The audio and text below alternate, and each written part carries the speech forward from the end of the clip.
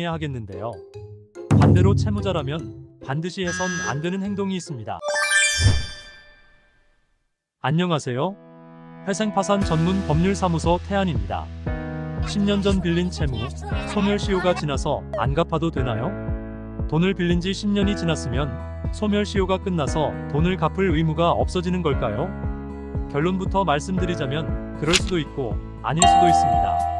오늘은 많은 분들이 궁금해하시는 채권 소멸시효에 대해 정확한 정보를 전달드리겠습니다. 돈을 빌려주었다면 돈을 받을 권리가 생기죠. 그런데 일정 기간 동안 채권자가 자신의 권리를 행사하지 않으면 그러한 권리가 사라집니다. 이게 소멸시효인데, 다시 말해 소멸시효가 지나면 채권자가 돈을 받을 권리를 법으로 보장받을 수 없게 됩니다. 채무자 입장에서는 반가운 소식이 아닐 수 없는데요. 소멸시효는 채권의 성격에 따라 기간이 달라집니다. 일반적으로 개인에게 빌린 돈은 10년, 금융기관 대출이나 카드사 채권은 5년의 시효가 적용됩니다. 그런데 특정 채권은 3년, 짧게는 1년의 시효가 적용되기도 합니다. 문제는 시효가 지나더라도 채권자가 중간에 권리 행사를 했다면 시효가 연장될 수 있다는 점입니다. 단순히 채권자가 돈 갚아라고 한다고 해서 시효가 연장되는 건 아니고 법적인 조치까지 나아가야 합니다. 예를 들어 민사소송을 걸거나 지급명령을 신청하는 것, 가압류를 하는 것 등의 법적 조치가 들어가는 것이죠. 민사소송의 경우 청구를 한 때부터 소멸시효가 중단되고 판결이 확정되면 그때부터 다시 10년의 소멸시효가 시작됩니다. 그래서 금융기관은 소멸시효가 끝나기 전에 지급명령 등의 법적 조치를 통해 시효를 연장합니다. 따라서 오래된 채무라도 채권자가 법적 조치를 취한다면 쉽게 소멸되지 않습니다. 채권자라면 소멸시효가 끝나기 전에 법적으로 자신의 권리를 주장해야 하겠는데요. 반대로 채무자라면 반드시 해선 안 되는 행동이 있습니다.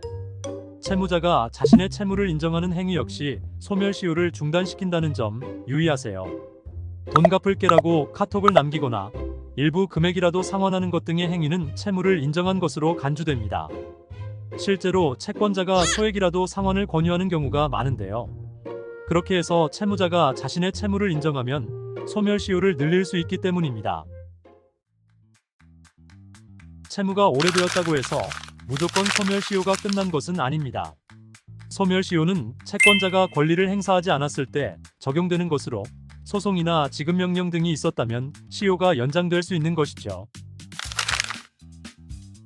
따라서 내 채무가 정말 소멸되었는지 확인하려면 채권자의 법적 조치 여부 및 그 적합성과 기간을 잘 따져보아야 합니다.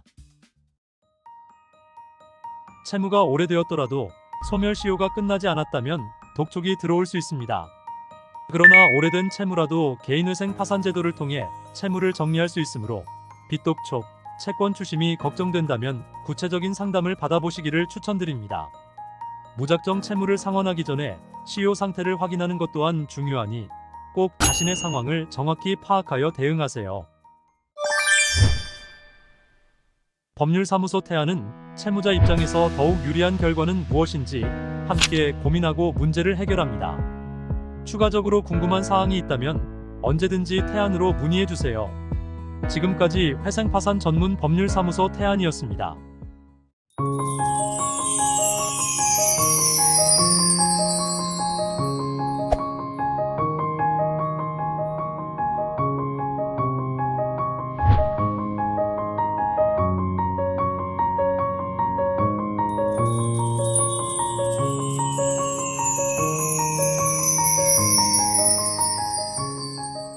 오늘 영상이 유익하셨다면 구독, 좋아요 부탁드려요.